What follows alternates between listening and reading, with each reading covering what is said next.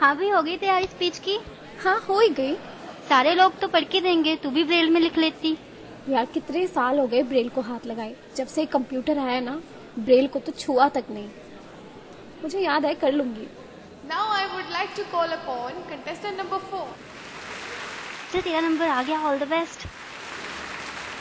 Good morning everyone. The topic of my speech is environment. Environment is the surrounding in which we live. It is a source of life. Good or bad quality of social life depends upon the quality of our natural environment. The need of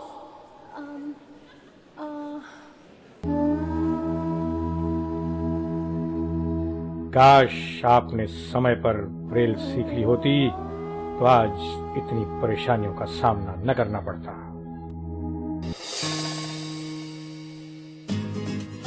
Braille दृष्टिबाधितों के लिए उतनी ही महत्वपूर्ण और आवश्यक है जितनी कि technology. Braille is a की towards independent life for the blind. Radio उड़ान द्वारा जनहित में जारी। रेडियो उड़ान।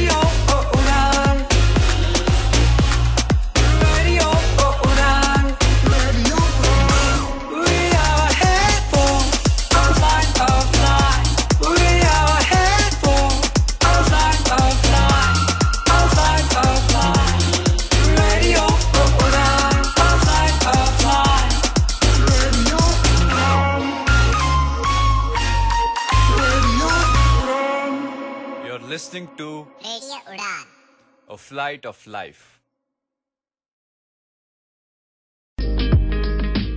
इस शो की अपडेट के लिए और टेक्सिटी में चल रहे नए वीकली कॉन्टेस्ट में भाग लेने के लिए आपको सब्सक्राइब करना होगा रेडियो उड़ान के चैनल को, और सबसे पहले नोटिफिकेशन आए इसके लिए आपको हिट करना होगा बेल बटन। इस शो की अपडेट के लिए और टेक्सिटी में चल रहे नए वीकली कॉन्टेस्ट में भाग लेने के लिए आपको सब्सक्राइब करना होगा रेडियो उड़ान के चैनल को, और सबसे पहले नोटिफिकेशन आए इसके लिए आपको हिट करना होगा बेल बटन।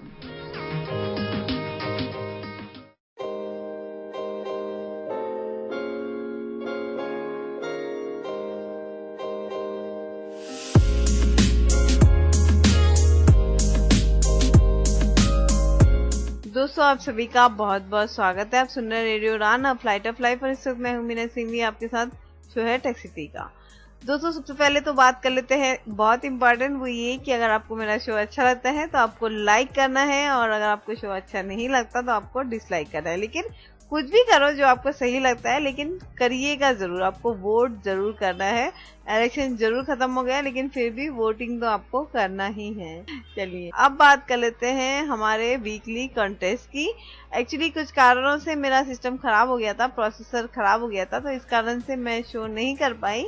लेकिन मैं आपको बता दूं कि जो लास्ट से लास्ट शो था उनके जो विनर थे वो थे अमरप्रीत सिंह जी, और जो लास्ट शो मैंने किया था उनके जो विनर है वो है Pravati and Animesh Bhattacharya. I think मैं उनका नाम सही ले रही हूँ, प्रवती एंड अनिमेश भट्टाचार्य। ये लास्ट टाइम के विनर है जिन्होंने बताया था कि मदर्स डे आने वाला था उस संडे को, लेकिन किन्हीं कारणों से मैं शो नहीं कर पाई, तो इसलिए उस वीक मैं नहीं अनाउंस कर पाई।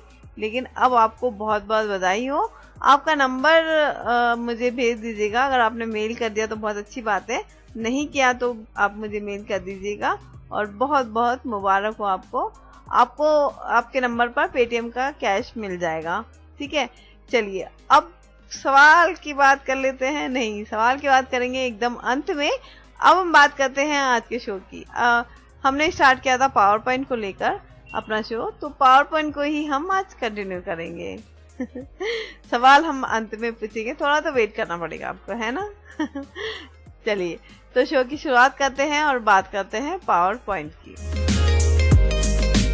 उसके पहले कि हम शो की शुरुआत करें, मैं आपको सबसे पहले बता देना चाहती हूँ कि आज जो हमारे शो में बातें होगी वो मोस्ट प्रोबेबली थियरिकली होगी, क्योंकि हम बात करेंगे पावर पॉइंट की और इसमें बहुत सी ऐसी चीजें हैं जो हमें जानना बहुत जरूरी है। तो आज जो है थियरिकल लेसन होगा। अगर टाइम बचेगा तो मैं बिल्कुल आपको थोड़ा बताऊंगी प्रेजेंटेशन, लेकिन फिर भी जो बहुत इम्पोर्टेंट बातें हैं आज हम वो इस शो में डिस्कस करेंगे। तो वैसे तो बहुत सी बातें नीतू जी ने हमें बताई है, हमें समझाया भी है बहुत अच्छे से कि कैसे एक प्रेजेंटेशन तैयार होती है, लेकिन एक प्रॉपर तरीके से चलते हैं हम। एक्चुअली पावर पॉइंट होता क्या है, क्यों ये प्रेजेंटेशन बनाई जाती है, कैसे उसको प्रेजेंट करते हैं, किन किन चीजों की पावर पॉइंट में जरूरत होती है, ये सारी चीजें जो कि बहुत इम्पोर्टेंट है। वैसे तो पावर पॉइंट जो है बेसिकली प्रेजेंटेशन के लिए ही यूज किया जाता है। एक बहुत अच्छी सी प्रेजेंटेशन हम इसमें तैयार कर सकते हैं। तो सबसे पहले बात कर लेते हैं कि प्रेजेंटेशन है क्या, है ना। पावर पॉइंट में हम प्रेजेंटेशन तो तैयार करते हैं, लेकिन प्रेजेंटेशन किसको कहते हैं?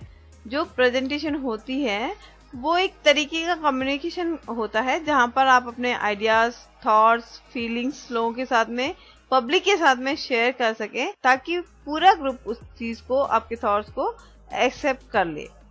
ठीक है, ये होती है प्रेजेंटेशन।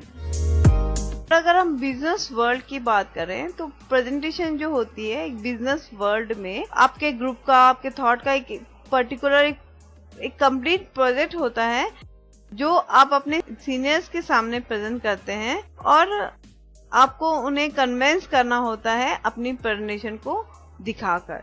जितनी अच्छी, जितनी क्लियर और जितनी प्रॉपर तरीके से आपकी प्रेजेंटेशन होगी, उतने ही सीनियर्स या उतने ही लोग आपकी उस प्रेजेंटेशन को एक्सेप्ट करेंगे।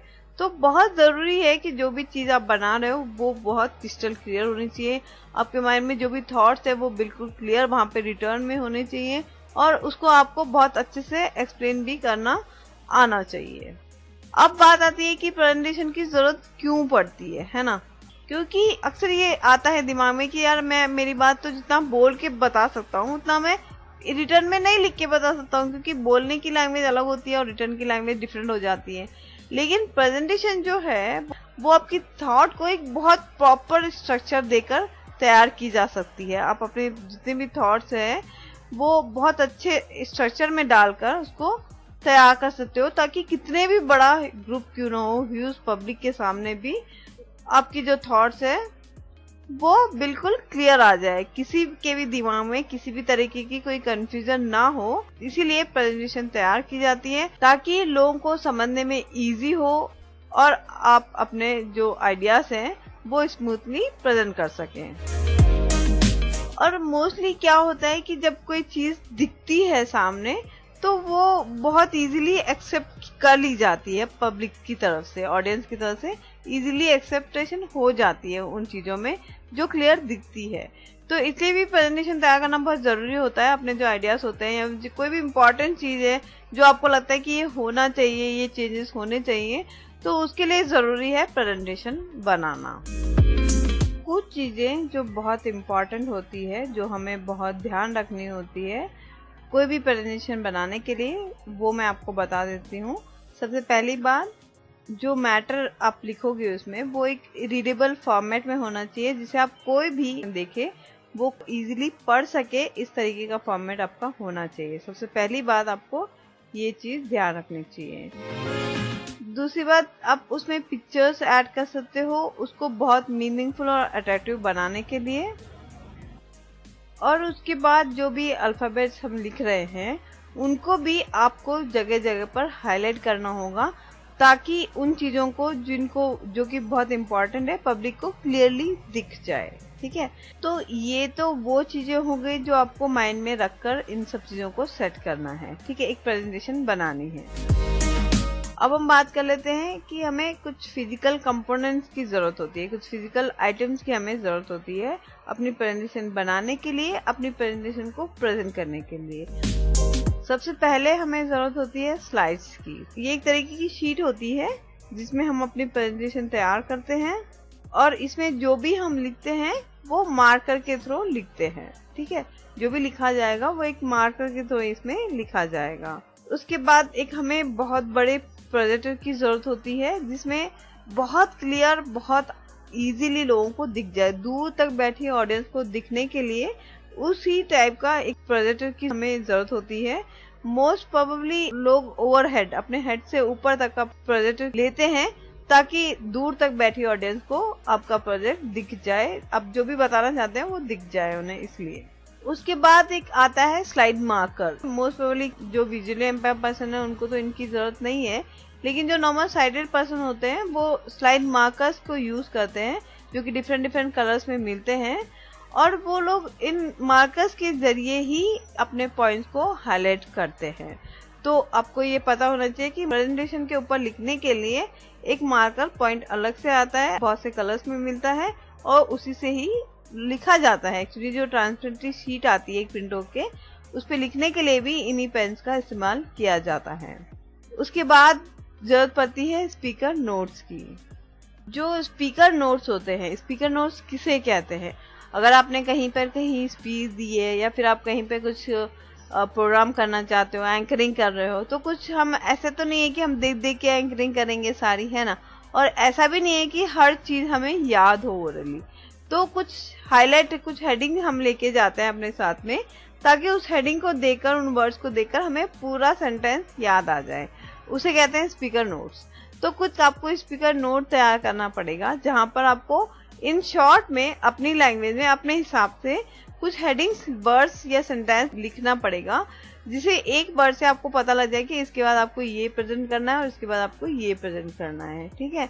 अब सपोज करिए कि अगर मुझे कहीं किसी स्कूल में जाना है और वहां पे मुझे एक्सेसिबिलिटी के बारे में अगर मुझे बात करना है, तो हजारों टॉपिक है एक्सेसिबिलिटी पे, मैं क्या बात करूंगी, है ना। तो यहाँ पर मैं ये कर सकती हूँ कि स्पीकर नोट्स तैयार कर लूंगी और उसमें मैं लिख लूंगी पहले मुझे बात करना है कंप्यूटर की, उसके बाद मुझे बात करना है माइक्रोसॉफ्ट ऑफिस की, उसके बाद मुझे मोबाइल की, और उसके बाद मुझे स्मार्ट डिवाइसेस की। ठीक है। तो इस तरीके से मैं, अब ये तो नहीं है कि मैं सारा कंप्यूटर का लिख लूँ उसमें, फिर सारा मोबाइल का लिख लूँ, इसका जरूरत नहीं है, क्योंकि वो मैंने ऑलरेडी प्रेजेंटेशन में लिख लिया है। लेकिन ये वर्ड्स मैं इस तरीके से लिखूंगी ताकि मुझे ये देख के याद आ जाए कि अब मुझे कंप्यूटर की बात करनी है, अब मुझे माइक्रोसॉफ्ट ऑफिस की बात करनी है, और अब मुझे पावर पॉइंट या फिर मोबाइल या फिर स्मार्ट डिवाइसेस की बात करनी है। इन स्पीकर नोट्स में हमें कुछ स्पीकर नोट्स इस तरीके से भी तैयार करना पड़ेगा जिसे हम प्रिंट करवा कर पब्लिक में डिस्ट्रीब्यूट करें, ताकि जब आप अपने प्रोजेक्ट को प्रेजेंट करते हो ऑडियंस के सामने, तो जो चीज उन्हें समझ नहीं आ रही है तो वो इमीडिएटली आपसे पूछ सकते हैं उस प्रिंट आउट में देखकर, या फिर वो घर पर जाकर भी उन सब चीजों के बारे में सोच सकते हैं। तो कुछ ऐसे स्पीकर नोट्स आपको ऑडियंस के लिए भी बनाना चाहिए।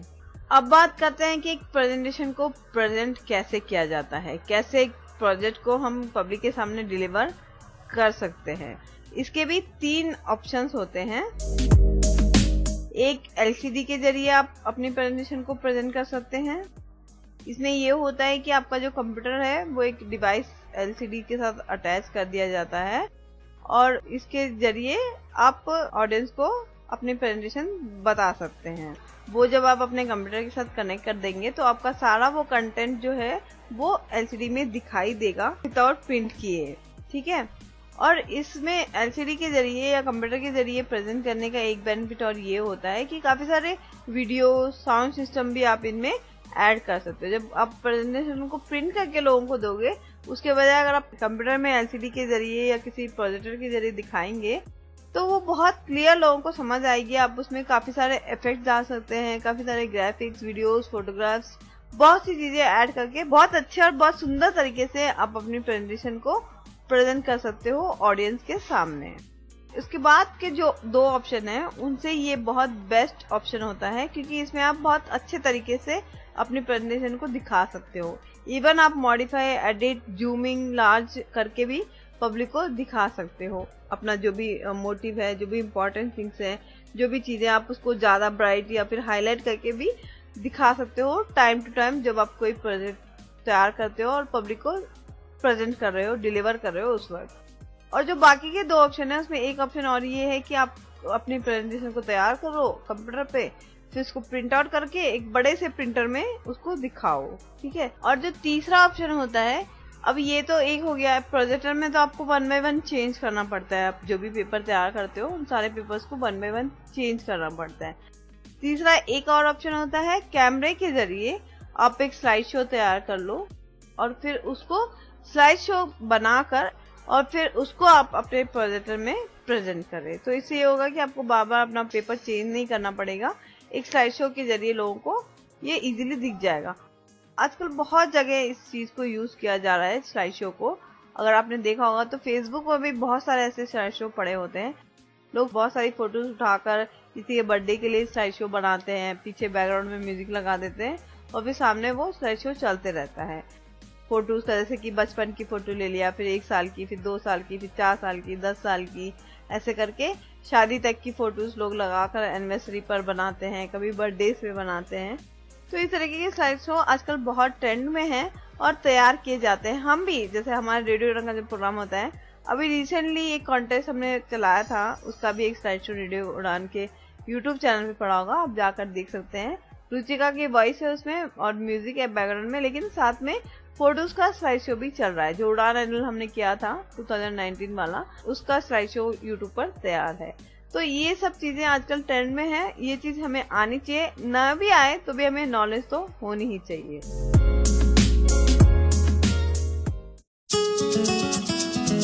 मैं हूँ किरण बेदी, हमेशा सुनो रेडियो उड़ान। आज ही अपने मोबाइल फोन पर ऐप स्टोर या फिर प्ले स्टोर से डाउनलोड कीजिए रेडियो उड़ान का ऑफिशियल ऐप या फिर लॉग इन कीजिए www.radioudan.com। सुनते रहिए रेडियो उड़ान, अ फ्लाइट ऑफ लाइफ।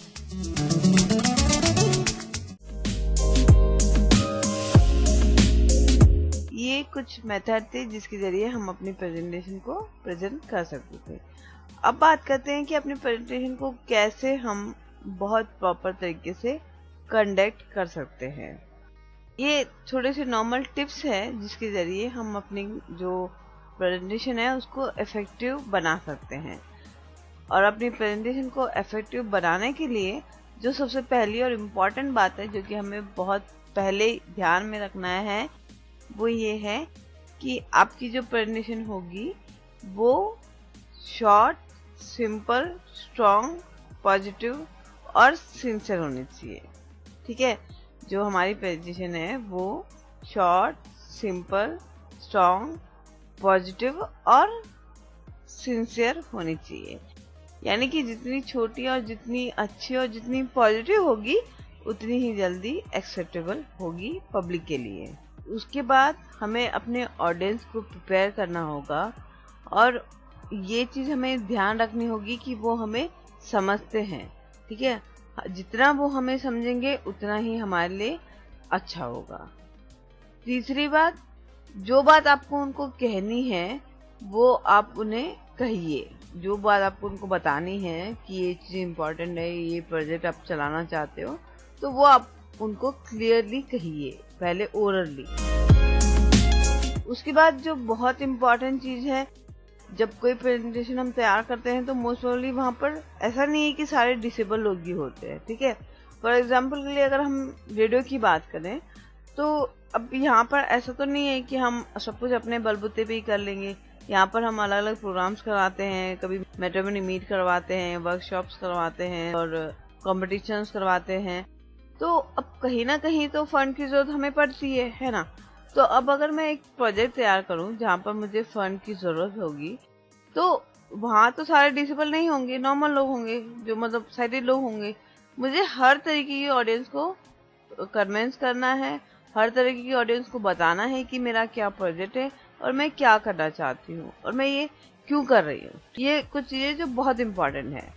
तो वहां पर जब हम अपनी प्रेजेंटेशन को प्रेजेंट करते हैं तो हमारी बॉडी लैंग्वेज भी बहुत मायने रखती है, क्योंकि जब हम अपनी प्रेजेंटेशन को प्रेजेंट करते हैं ऑडियंस का सारा कंसंट्रेशन हमारे पर होता है। तो ऐसे में एक तो बॉडी लैंग्वेज का ध्यान रखना बहुत जरूरी है और हमेशा इंडिविजुअली बात करें। जो भी बात करनी है, जिससे भी बात करनी है, आई कांटेक्ट करके बात करिए। ऐसा भी नहीं हो कि आप एक ही बंदे को आई कांटेक्ट करके देख रहे हो और उसके बाद आप हटो ही मत, बिल्कुल एकदम रोबोट जैसे उसकी तरफ देख देख के बोलते रहो ताकि वो बंदा इरिटेट हो जाए फिर उठ के चले जाए। ऐसा नहीं होना चाहिए। आपको ह्यूज पब्लिक को कंसंट्रेट करना है, कभी किसी को इंडिविजुअली आई कांटेक्ट करके आपको उन्हें बताना है कि क्या आप चाहते हैं, आप क्यों ये प्रेजेंटेशन उनके सामने डिलीवर कर रहे हैं, क्यों उन्हें समझा रहे हैं, आपका क्या मोटिव है। अपनी प्रेजेंटेशन के मुताबिक कोई अच्छे पॉइंट्स बनाइए, कुछ एग्जाम्पल्स दीजिए उन्हें। ऐसा नहीं है कि जो आपने लिख लिया सिर्फ वही आपको रट्टी मार के बोलना है, वैसे भी नहीं होना चाहिए। कुछ पॉइंट्स, कुछ एग्जाम्पल्स बनाइए, कुछ पॉइंट्स जो आपको लगता है कि बहुत इंपॉर्टेंट है उनको आप रिपीट भी कर सकते हैं वहां पर ऑडियंस के बीच में। और ऐसा नहीं है कि आप कंटिन्यू स्पीच देते रहें। और जो आपकी वॉल्यूम है वो भी बहुत पोलाइट लगनी चाहिए, बहुत लाउड भी नहीं और बहुत रूड भी नहीं। और जब कभी भी कोई इम्पोर्टेंट बात आप बताना चाहते हो उसके बाद कुछ सेकंड्स का पॉज देना चाहिए। जब कभी भी आप कोई भी बहुत इंपॉर्टेंट बात या किसी बात को आप हाईलाइट करना चाहते हो तो उस बात को बोलने के बाद आप फ्यू सेकंड्स का पॉज ले लीजिएगा। पॉज लेने से ऑडियंस का कंसंट्रेट हमारी तरफ आता है और फिर आप उस बात को दोबारा से रिपीट करिए ताकि वो फिर ध्यान से उसको सुनेंगे। ये एक मेथड होता है अपनी बात को हाईलाइट करने का। मैं जानती हूँ कि आज का जो शो है बहुत थ्योरेटिकली हो रहा है, लेकिन ये कुछ चीजें हैं जो बहुत इम्पोर्टेंट है, जो कि हमारे लिए जानना बहुत जरूरी है। ये तो हम चलो पावर पॉइंट की बात कर रहे हैं, बट नॉर्मल लाइफ में भी ये सब चीजें बहुत मायने रखती है। जब आप किसी से बात कर रहे हो, कहीं पर आप डिबेट कर रहे हो या डिस्कशन कर रहे हो, किसी कम्युनिटी के साथ गेट टुगेदर कर रहे हो या फिर किसी कॉन्फ्रेंस को अटेंड कर रहे हो, तो बहुत जगह पर ये सब चीजें बहुत मायने रखती है। खैर, हम तो पावर पॉइंट की बात कर रहे हैं, तो मैं आपको ये बता रही हूँ कि जब आप कभी भी कोई अपना प्रोजेक्ट डिलीवर करते हो तो उसके लिए आपकी बॉडी लैंग्वेज कैसी होनी चाहिए। तो हम बात कर रहे थे कि जब कभी कोई बात हाईलाइट करनी है, आपको अपनी बात बोलने के बाद कुछ सेकेंड्स का पॉज देना है ताकि वो हाईलाइट हो और उस बात की तरफ उनका ध्यान जाए। एक बात और कि बहुत लंबा टाइम मत लीजिए, जितना शॉर्ट टाइम में आप खत्म कर सकते हो और जितना टाइम आपको दिया जाता है प्रोबेबली कोशिश करिए कि उतने ही टाइम में आप अपनी प्रेजेंटेशन को खत्म कर दें। और बीच बीच में अगर ऑडियंस आपसे किसी तरीके का कोई सवाल पूछती है तो आप उनको इग्नोर मत करिए। ये बहुत इंपॉर्टेंट पार्ट होता है, आपको बिल्कुल इग्नोर नहीं करना है, वो बहुत जरूरी है। ऑडियंस को क्लियर करना आपका सबसे पहला मोटिव होना चाहिए। तो अगर किसी के मन में कोई डाउट आ रहा है, कोई कंफ्यूजन आ रहा है, तो कोशिश करिए कि 4-5 सवालों का जवाब आप एक आंसर में दे दें, या फिर जो इम्पोर्टेंट सवाल है उसका जवाब तो आपको एटलीस्ट अपनी प्रेजेंटेशन में लेना ही चाहिए। यहाँ पर आप एक बात ये भी कर सकते हो कि जब कोई ऑडियंस कोई सवाल पूछती है और आपको ये चीज ध्यान रखना है कि वो सवाल कितना इम्पोर्टेंट है, और वो वाकई में बहुत इम्पोर्टेंट है तो आप उसे राइट डाउन कर सकते हैं, ताकि जब नेक्स्ट टाइम कहीं और पर जब आप अपनी प्रेजेंटेशन डिलीवर करते हो तो वहां पर वो सवाल आपको किसी को ना पूछना पड़े। ठीक है, तो जो इम्पोर्टेंट क्वेश्चन, जो इम्पोर्टेंट ऑडियंस के डाउट आपको नजर आते हैं उनको नोट डाउन करके नेक्स्ट टाइम अपनी प्रेजेंटेशन को और क्लियर कर सकते हो। एक चीज और आप यहाँ पे कर सकते हो कि जब कभी भी आपको कहीं पे प्रेजेंटेशन देने जाना है तो आप एक दिन पहले ही अपनी प्रेजेंटेशन को रिकॉर्ड करो और फिर दोबारा से खुद सुनकर देखो कि आपको उसमें क्या गलती लग रही है, क्या आप वो पूरा सही से बोल पा रहे हो, कोई वर्ड्स में आप मिस्टेक कर रहे हो, क्या आपको वाकई में इंटरेस्ट है ये प्रेजेंटेशन प्रेजेंट करने का, और जो मैं पॉज ले रहा हूँ बीच बीच में क्या वो सही है या मुझे उसमें और इंक्रीज करना है, या फिर मैं कोई ज्यादा तेज तो नहीं बात कर रहा हूँ। तो ये छोटी छोटी चीजें हैं जो बहुत ध्यान रखना होता है। जहाँ पर आपको लगता है वहाँ पर आप diagram, charts, photos, videos, audios, graphs, ये सारी चीजें यूज करनी चाहिए प्रेजेंटेशन बनाते समय। और एक चीज तो आपको बिल्कुल कभी नहीं करना है कि अपने फिंगर से प्रिंटर को पॉइंट आउट मत करिएगा। अक्सर मैंने देखा है कि लोग क्या करते हैं कि जब कोई चार्ट या फिर जब कोई प्रेजेंटेशन प्रेजेंट करते हैं तो वो अपने फिंगर के सपोर्ट से बताते हैं कि यहाँ पर ये है, यहाँ पे ये होना चाहिए, ये चेंजेस हम चाहते हैं। ये बहुत खराब लगता है। एक पॉइंटर स्केल आती है पॉइंट अप करने के लिए, तो वही मोस्टली हमें यूज करना चाहिए। लकड़ी की एक पॉइंटर आती है जो थोड़ी बड़ी सी होती है, उससे हमें पॉइंट करना चाहिए हमेशा। और कलर्स, जैसे हम देखते हैं कि अक्सर बहुत कलरफुल प्रेजेंटेशन लोग बनाते हैं, लेकिन अगर आप कोई ऑफिशियली प्रेजेंटेशन बना रहे हो तो कलर उसके हिसाब से ही बनाइए। मोस्टली ब्लैक ब्लू जो कलर होते हैं, वो जो कॉमन कलर्स होते हैं जो ऑडियंस को देखने की आदत होती है, वो कलर्स में जब हम अपनी प्रेजेंटेशन बनाते हैं तो वो अच्छी लगती है। लेकिन अगर हम ऑरेंज, रेड, ब्लू, ग्रीन कुछ इंडियन कलर्स ऐसे ले लेंगे जो डार्क डार्क हो और बहुत ब्राइट ब्राइट हो, तो वो थोड़ा आंखों को चुभता है और वो अच्छा भी नहीं लगता दिखने में। तो कलर्स का भी हमें कहीं ना कहीं ध्यान रखना चाहिए जब हम कोई प्रेजेंटेशन बनाते हैं। तो कभी भी ऑडियंस को अपनी पीठ दिखे इस तरीके से प्रेजेंटेशन नहीं बताना चाहिए। जब आप अपने ऑडियंस को जब हम प्रेजेंटेशन बताते हैं तो मोस्टली हमारे पीछे की साइड में या फिर लेफ्ट या राइट साइड में प्रिंटर या एलईडी लगी होती है वॉल पर या फिर सेंटर में कहीं पे टेबल पे। तो हमारा जो बैक होता है वो मोस्ट प्रोबेबली प्रिंटर के तरफ होता है। लेकिन जब कोई अपनी प्रेजेंटेशन को प्रेजेंट करते हैं तब क्या होता है कि हम मॉनिटर की तरफ फेस कर लेते हैं और ऑडियंस हमारे पीछे की तरफ आ जाती है और हम सिर्फ फेस टर्न करते हैं। तो ऐसा नहीं करना चाहिए, हमें बिल्कुल ऑडियंस के सामने खड़ा रहकर अपनी प्रेजेंटेशन बताना है और प्रिंटर की तरफ से फेस करके पॉइंटर के जरिए हमें बताना है, लेकिन फिंगर से और हाथ के इशारे से नहीं करना है। ऑडियंस को अपनी पीठ बिल्कुल नहीं दिखाना है।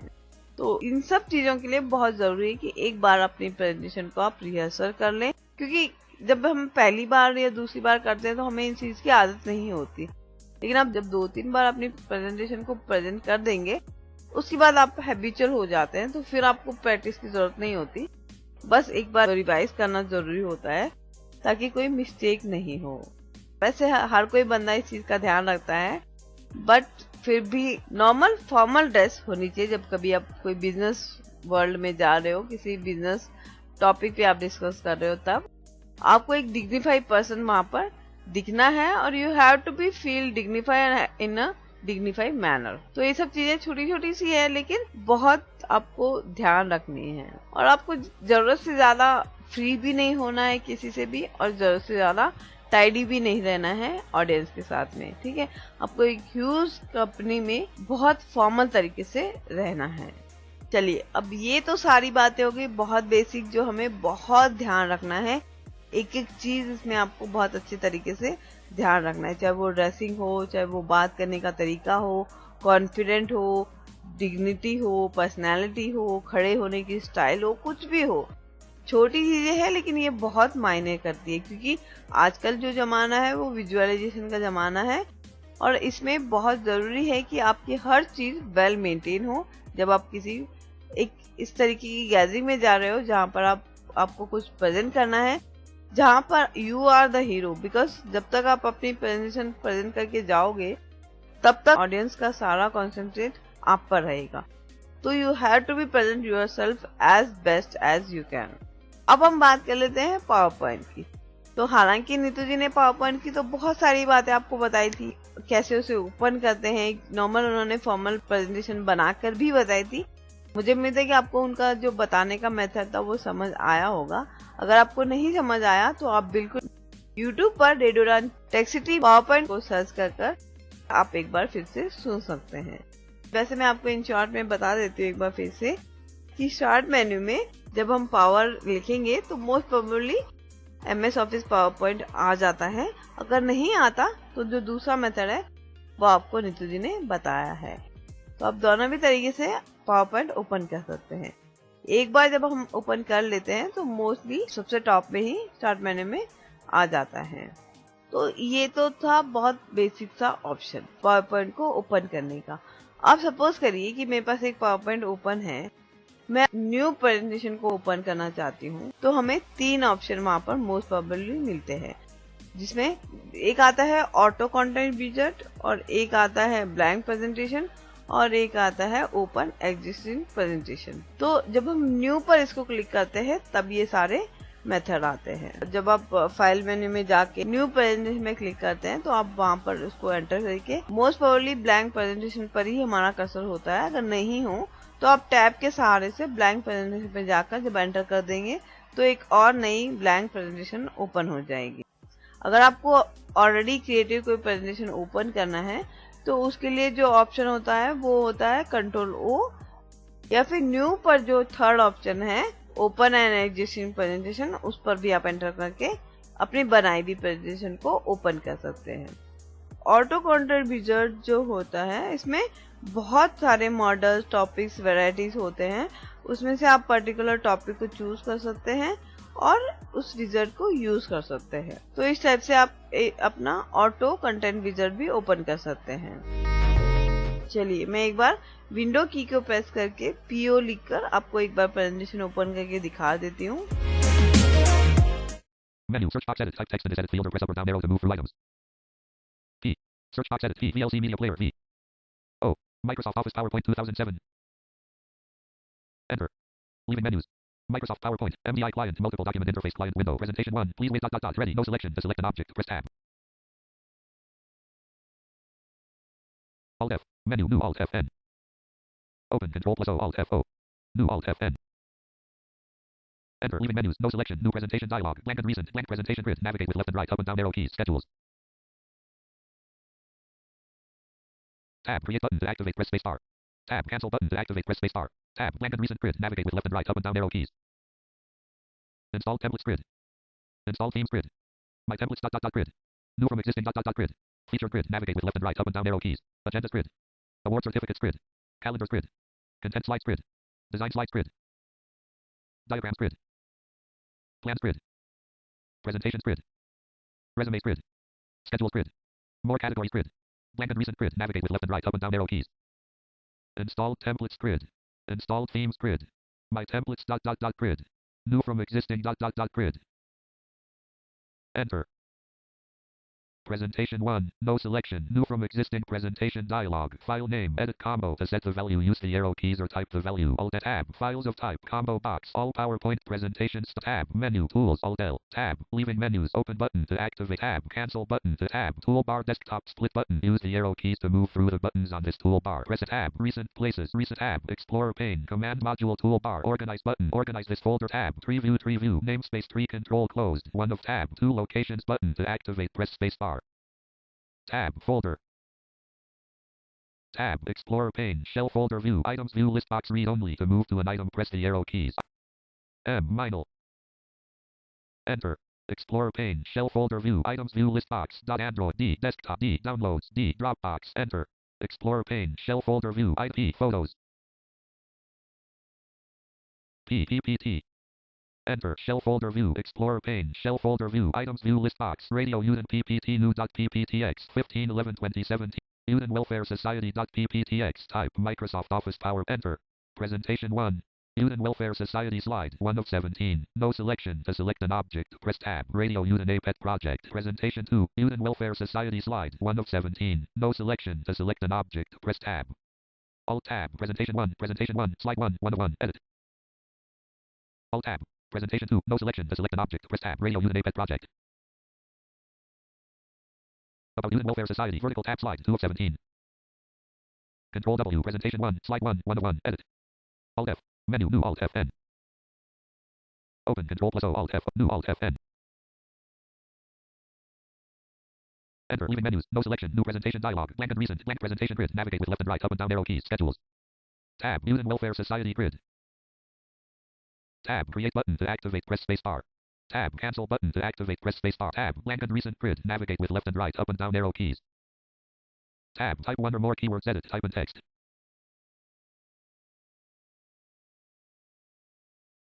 Start searching link. Blank presentation grid. Navigate with left and tab. Uden Welfare Society grid. Tab. Create button to activate. Press space. Presentation 3. Slide 1. 1 of 1. No selection. To select an object, press tab. Control W. Presentation 1. Slide 1. 1 of 1. Edit. जो options होते हैं वो normally alt की के साथ तो होते ही हैं। इसके अलावा फंक्शन की में जो F6 होते हैं उसमें भी आपको ये सारे ऑप्शंस मिल जाएंगे। आपको ये नीतू जी ने बताया था, आपको अगर याद होगा तो फंक्शंस की के जरिए भी आप मेन्यू स्लाइड एरिया में जा सकते हैं या फिर आप ऑल्ट मेन्यू के जरिए भी ये सारे ऑप्शंस ले सकते हैं।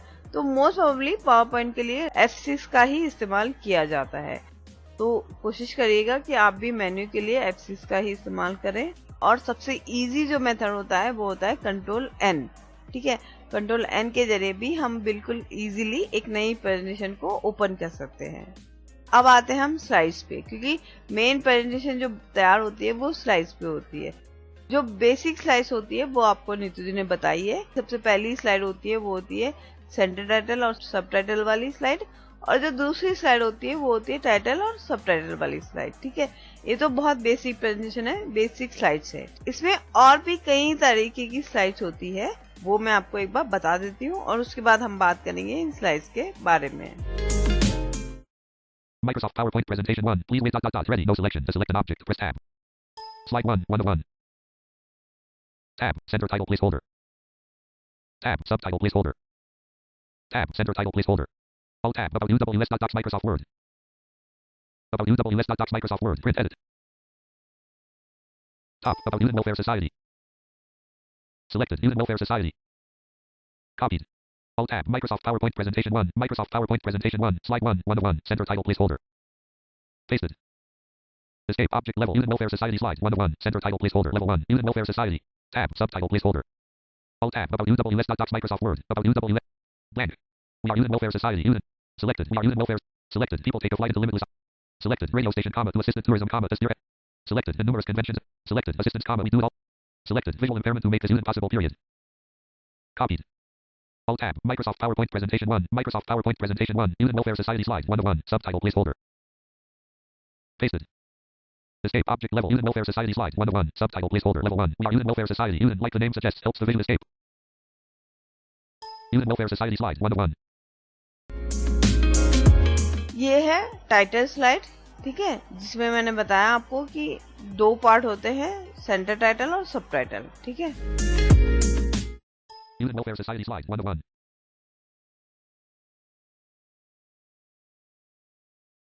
Slide 2.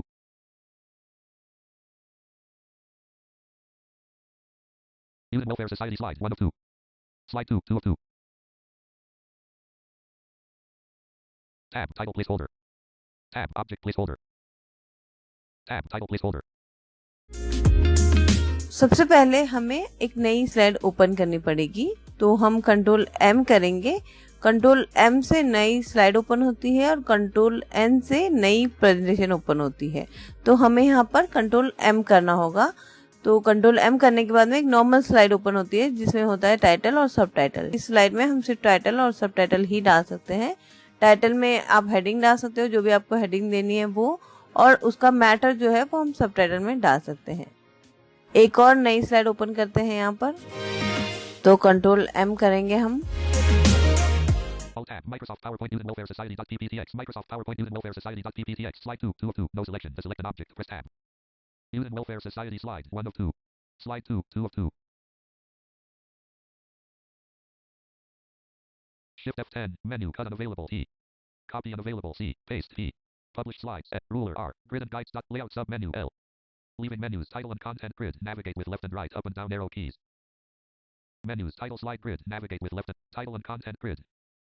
Enter. No selection. To select an object, press tab.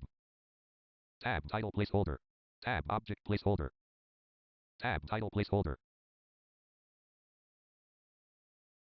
Tab. Object placeholder.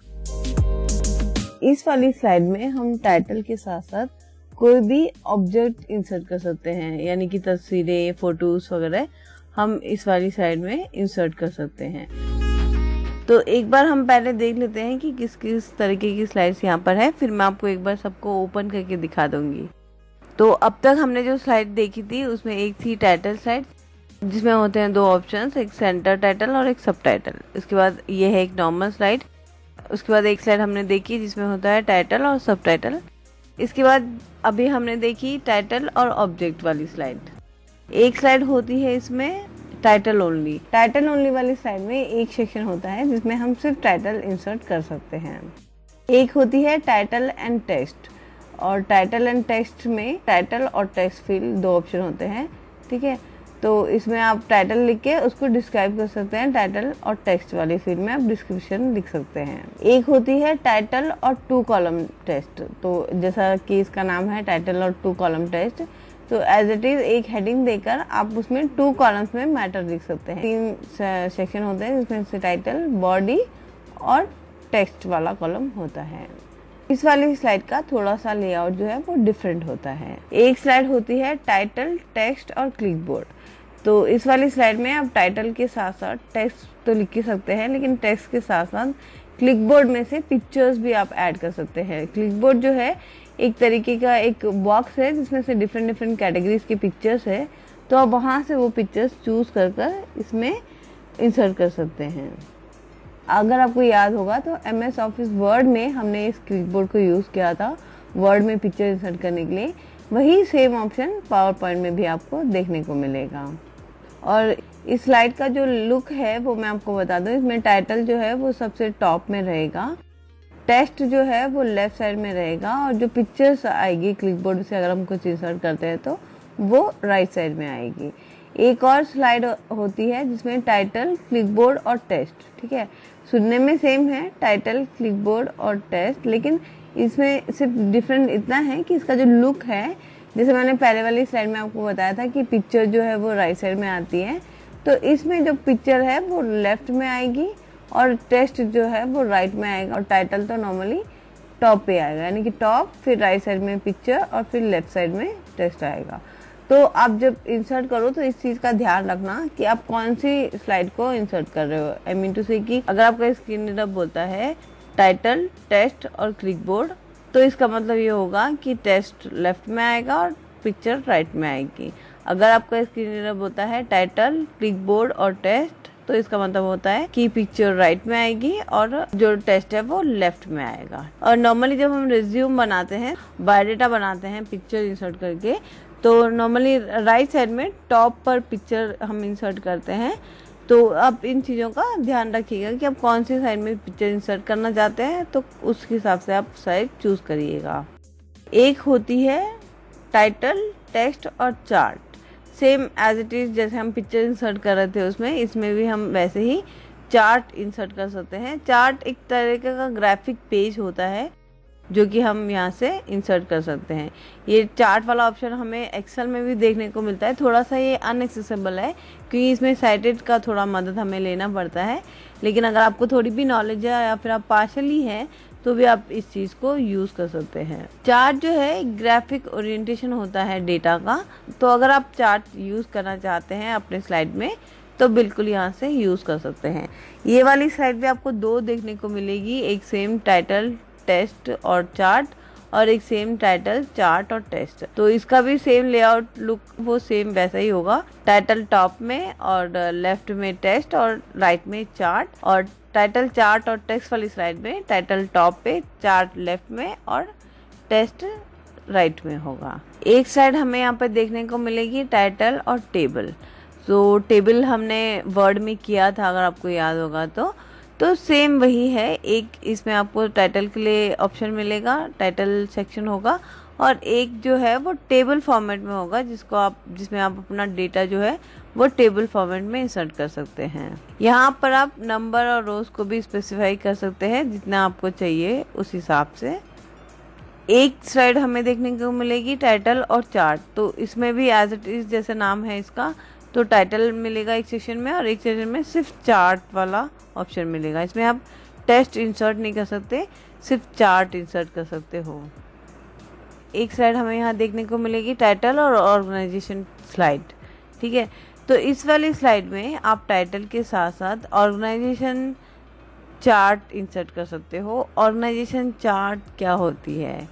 तो ऑर्गेनाइजेशन चार्ट जो है वो हायरार्किकल रिलेशन को प्रेजेंट करती है। हायरार्किकल रिलेशन मतलब क्लासिफाइड जिसे हम कहते हैं। ये एक जैसे आपने कुछ नाम दिए हैं या फिर कुछ, अगर सपोज करिए कि आपने कुछ टॉप 50 के नाम चूज किए हैं, ठीक है, तो अब आपको देखना है कि सबसे टॉप पे कौन है, उसके बाद कौन है, उसके बाद कौन है, ऐसा अगर आपको देखना है तो ये चार्ट उसको अरेंज करके आपको देती है। फॉर एग्जांपल के लिए आप अपने स्कूल का एक हायरार्किकल चार्ट बना रहे हो, तो उसमें सपोज करिए आपने सारे स्टूडेंट्स के नाम लिख दिया और उनके मार्क्स भी लिख दिए, ठीक है। अब आप देखना चाहते हो कि सबसे टॉप पे कौन है, नंबर 1 पे कौन है, नंबर 2 पे कौन है, नंबर 3 पे कौन है, तो उसका अरेंजमेंट ये चार्ट, इस चार्ट के जरिए होता है, उसे कहते हैं हायरार्किकल चार्ट। तो ये वाली स्लाइड भी आपको पावर पॉइंट में देखने को मिलेगी। ऑर्गेनाइजेशन स्लाइड जिसे कहते हैं, इसमें भी 2 कॉलम आपको मिलेगा, टाइटल और ऑर्गेनाइजेशन चार्ट। इसको इंसर्ट करने के लिए आपको स्लाइड पे कर्सर रख के एप्लीकेशन लेकर लेआउट ऑप्शन में जाके ऑर्गेनाइजेशन चार्ट चूज करके टैप करना है। टैप करने के बाद वहाँ पर ऑर्गेनाइजेशन चार्ट को सेलेक्ट करके हमें एंटर करना होगा। जब हम ऑर्गेनाइजेशन चार्ट को सेलेक्ट करके एंटर करेंगे तो एक डायग्राम गैलरी का डायलॉग बॉक्स ओपन हो जाएगा जिसमें डिफरेंट टाइप्स के डायग्राम्स होंगे। तो यहाँ पर जो भी डायग्राम आप चूज करोगे उस डायग्राम के साथ ही ये वाली चार्ट ओपन होगी। अब आप एडिट मोड में जाकर इसमें डेटा इंसर्ट कर सकते हैं और जब एंटर करेंगे तो वो शेप्स वहाँ पर ऑटोमेटिकली आ जाएगा। जैसे हम बुलेट्स और नंबर डाल के जब एंटर करते हैं तो दोबारा से वो अपने आप आ जाता है, तो इसी तरीके से यहाँ पर भी जब आप एंटर करेंगे तो कीबोर्ड ऑटोमेटिकली उसको शेप दे देगा। और एक टूल बार भी इसके साथ में ओपन हो जाता है जिसमें से डिफरेंट काइंड के शेप्स होते हैं जो आप अलग अलग मैटर के लिए अलग अलग शेप्स यूज कर सकते हैं। तो टूल बार से आपको उस डायग्राम को चूज करना पड़ेगा, उन शेप्स को चूज करना पड़ेगा जो आप शेप डालना चाहते हैं, और जिस भी मैटर के लिए शेप डालना चाहते हैं वो आप उस टूल बार से चूज कर सकते हैं। ये टूल बार हमेशा जब तक आप ये चार्ट यूज करेंगे ये टूल बार साइड में ओपन रहेगा ऐसे ही, ठीक है। इसका जो लेआउट है वो थोड़ा सा डिफरेंट होगा, तो डिफरेंट टाइप के जो शेप्स होते हैं उसी के हिसाब से इसका लेआउट होता है। जो स्टैंडर्ड लेआउट होता है इसका वो होता है left hanging, right hanging, auto hanging and both hangings, ठीक है। तो इस तरीके का लेआउट इसमें होता है। आप जब इन हैंगिंग्स को सेलेक्ट करते हैं तो आप चार्ट के डिफरेंट पार्ट्स को सेलेक्ट कर सकते हैं, ठीक है।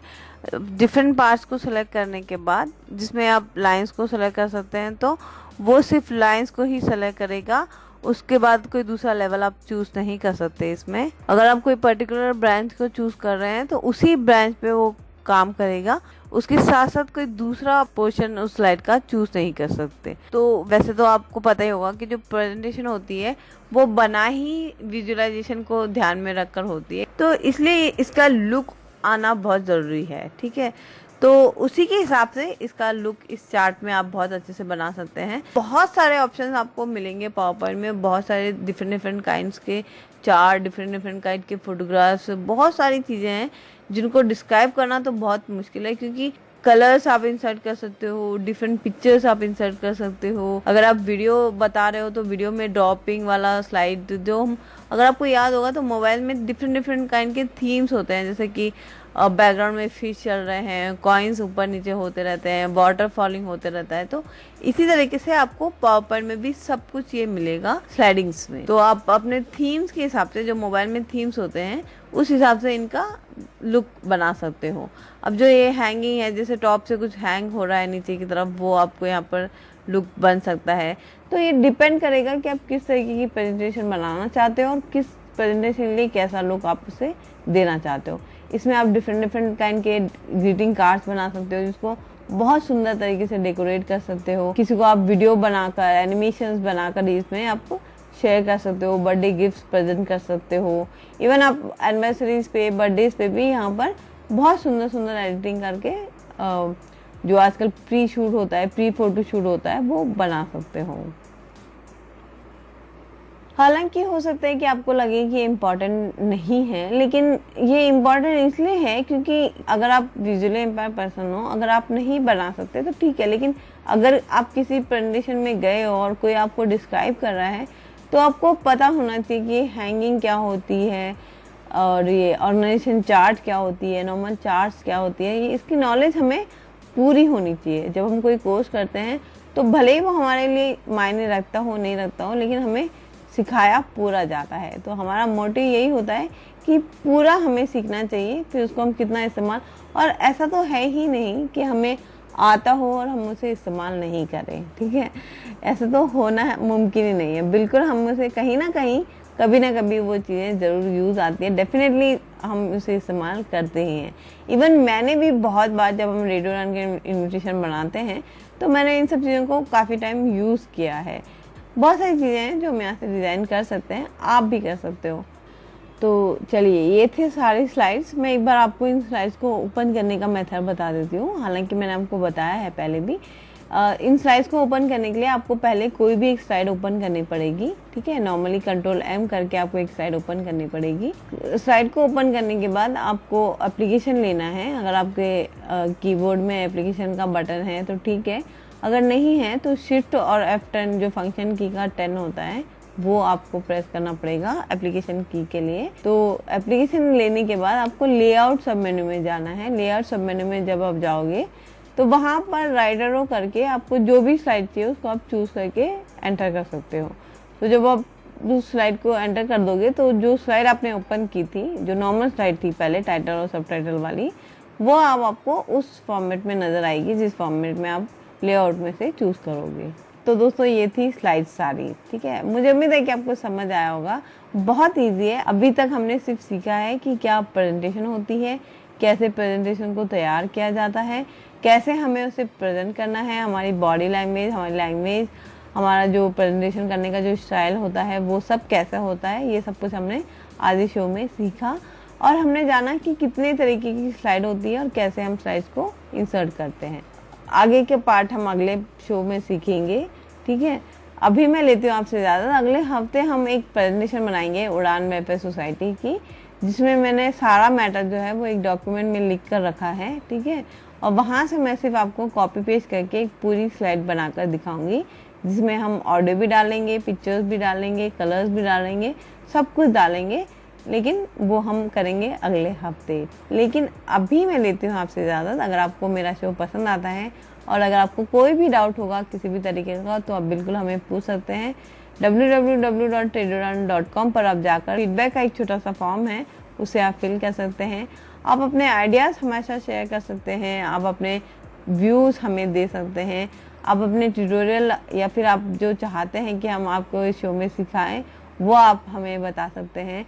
जो भी आपको दिक्कत आती है किसी भी एप्लीकेशन को या किसी भी चीज़ को यूज़ करने के लिए, तो बिल्कुल आप हमें बेझिझक पूछ सकते हैं।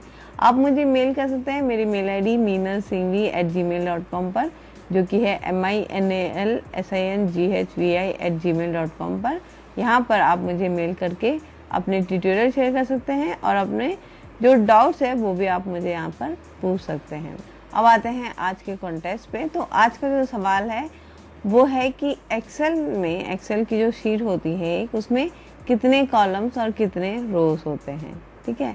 बहुत इजी सा सवाल है। एक्सेल की जो शीट होती है, MS ऑफिस में एक्सेल की जो शीट होती है उसमें कितने कॉलम और कितने रोज होते हैं। चलिए आपके आंसर का वेट करूंगी। आप मुझे अपने आंसर्स YouTube पर कमेंट बॉक्स में दे सकते हैं या फिर आप मुझे मेल कर सकते हैं meenalsinghvi@gmail.com पर।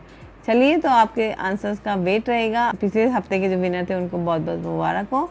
मैं लेती हूँ इस वक्त आपसे ज़्यादा। अगले हफ्ते फिर मिलेंगे, तब तक के लिए सुनते रहिए रेडियो उड़ान, a flight of life.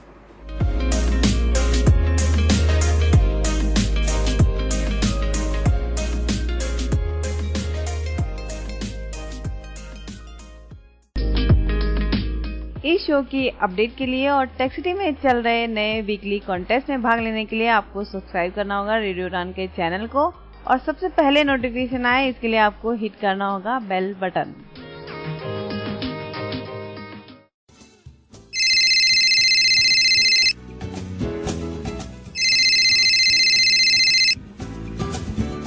Hello hello Bittu. हाँ यार तू आया नहीं। मैंने कल बताया था कि इंटरव्यू के जाना, मेरी ट्रेन निकल जाएगी। कहाँ है तू? हाँ यार बस आ गया, 5 मिनट में आ रहा हूँ मैं बस तेरे पास।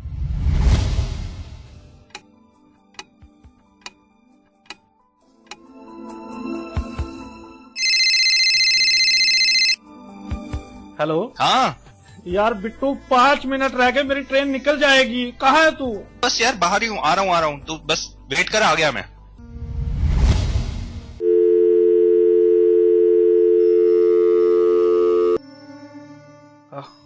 अब नहीं आओ, अब नहीं आओ। निकल गई ट्रेन, निकल गई ट्रेन, निकल गई ट्रेन, निकल गई ट्रेन, निकल गई ट्रेन, निकल गई ट्रेन। काश कि आपने सही समय पर केन का इस्तेमाल सीख लिया होता तो आज हालात ऐसे न होते।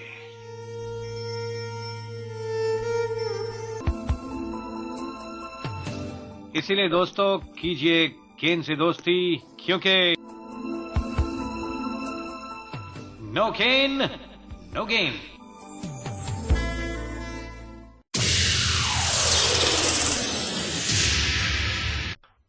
मेरा टॉवल कहाँ पर पड़ा हुआ है?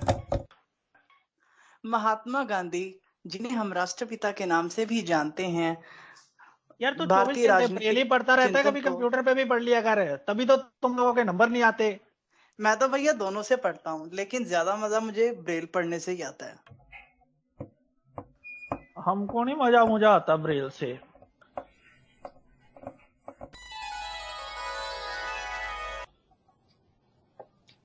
अभी एग्जाम देने जाना है, तो मैं फटाफट से एक बार एक लुक ले लेता हूँ। शिट, ये कंप्यूटर क्यों नहीं चल रहा मेरा? ओ ये कंप्यूटर क्यों नहीं चल रहा? अबे कंप्यूटर कहाँ से चलेगा, लाइट चली गई है। उफ, अब मैं कैसे पढ़ूं? काश आपने समय पर ब्रेल सीख ली होती तो आज इतनी परेशानियों का सामना न करना पड़ता।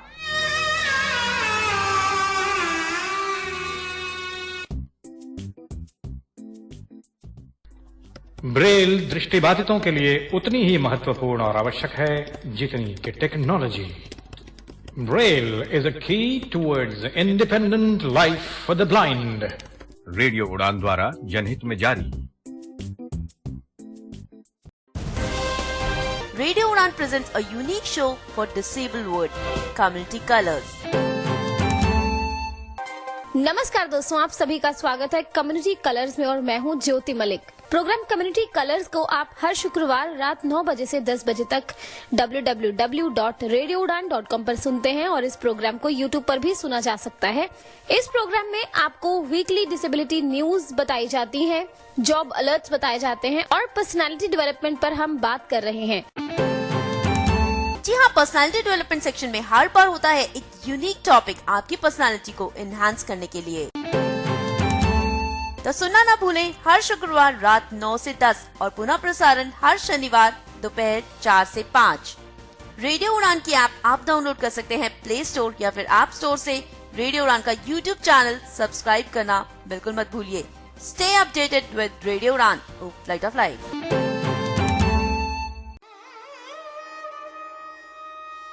गजलों का हुनर अपनी आंखों को सिखाएंगे, रोएंगे बहुत लेकिन आंसू नहीं आएंगे।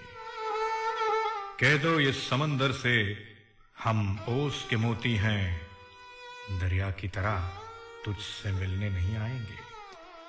शाम गजल के तमाम सामीन, हम आपके बेहद शुक्रगुजार हैं कि आपने इस शो को एक ऊंचा और आलीशान मकाम दिया पिछले चंद सालों में। इसी तरह हमारा साथ देते रहिए।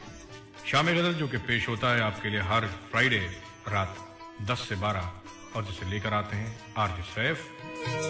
आप इस शो में शामिल होते रहिए अपने लाइव स्काइप कॉल के थ्रू और सुनते रहिए शाम गजल आरजे सैफ के साथ, only and only on radio उड़ान। क्या है निकल पड़े हो।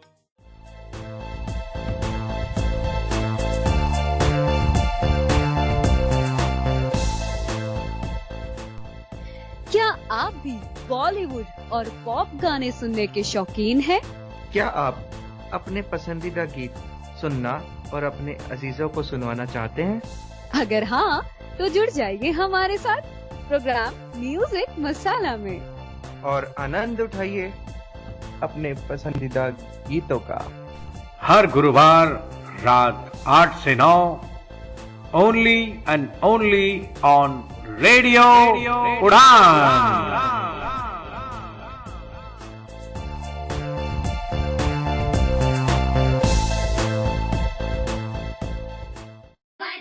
एक ऐसा गांव जहां सिर्फ युवा बच्चे ही पैदा होते हैं। क्या पुनर्जन्म संभव है? या हो जाएगा एक दिन सृष्टि का विनाश। अगर जानना चाहते हैं ऐसे अनसुलझे सवालों के जवाब, तो सुनिए शो मानो या ना मानो हर सोमवार रात 9 बजे और पुनः प्रसारण हर मंगलवार शाम को 4 बजे मीनल सिंघवी और भामरी के साथ ओनली ऑन रेडियो उड़ान, अ फ्लाइट ऑफ लाइफ।